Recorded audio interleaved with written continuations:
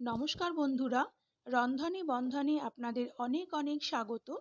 আজকে নিয়ে এসেছি চিকেন স্যান্ডউইচের রেসিপি। সেজন্য প্রথমেই কিছুটা চিকেন নুন আর গোলমরিচ দিয়ে অল্প জলে সেদ্ধ করে নিতে হবে। জল ততটাই দেবেন যে চিকেনও সেদ্ধ হয়ে যাবে, জলটাও শুকিয়ে যাবে। সেদ্ধ চিকেনগুলোকে আমি একটা প্লেটে নামিয়ে রেখেছি। এরপরে দুটো স্লাইস পাউরুটি নিয়েছি। একটা স্লাইসে মাখিয়ে নিয়েছি গ্রিন চাটনি, আর অন্য একটা স্লাইসে মাখিয়েছি টমেটো সস।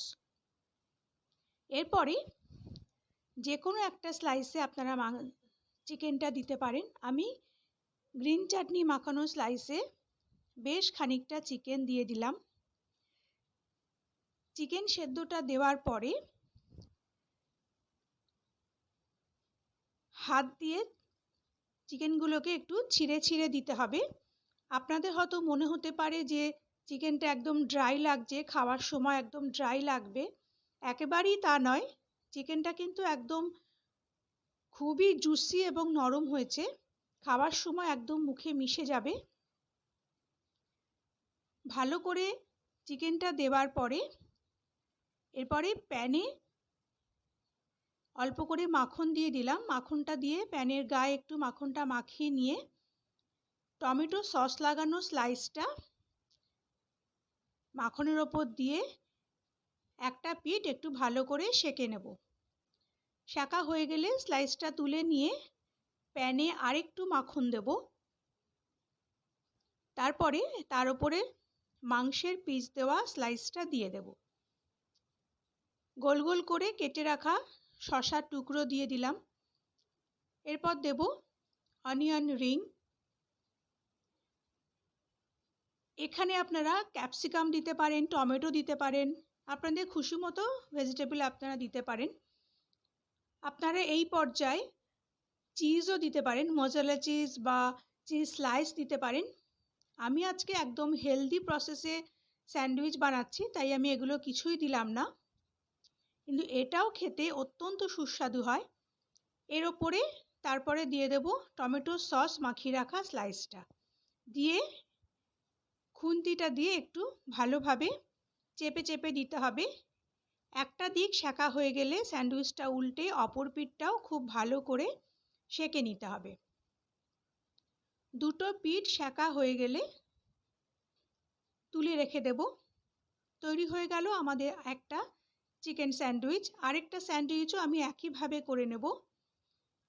আমার রেসিপিগুলো যদি আপনাদের ভালো লাগে তাহলে প্লিজ লাইক এবং শেয়ার করে দেবেন এবং আমার চ্যানেলটাকে প্লিজ সাবস্ক্রাইব করে দেবেন। পাশে থাকা বেল আইকনটা প্রেস করে দেবেন যাতে পরবর্তী রেসিপিগুলো আপলোড করলে আপনাদের কাছে পৌঁছে যায়।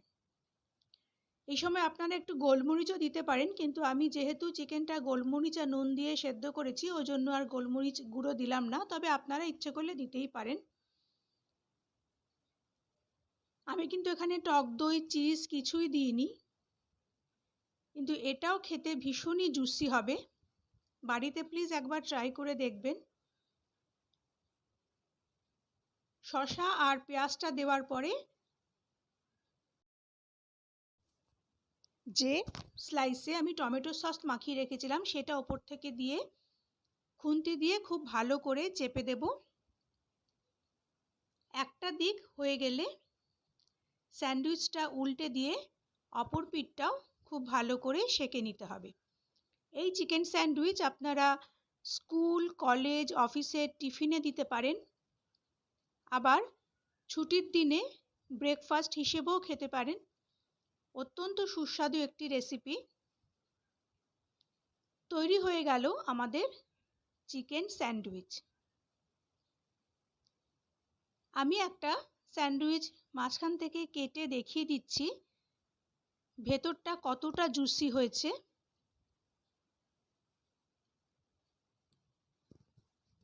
দেখুন ভেতরটা দেখতে কতটা লোভনীয় লাগছে, খেতেও কিন্তু ততটাই সুস্বাদু।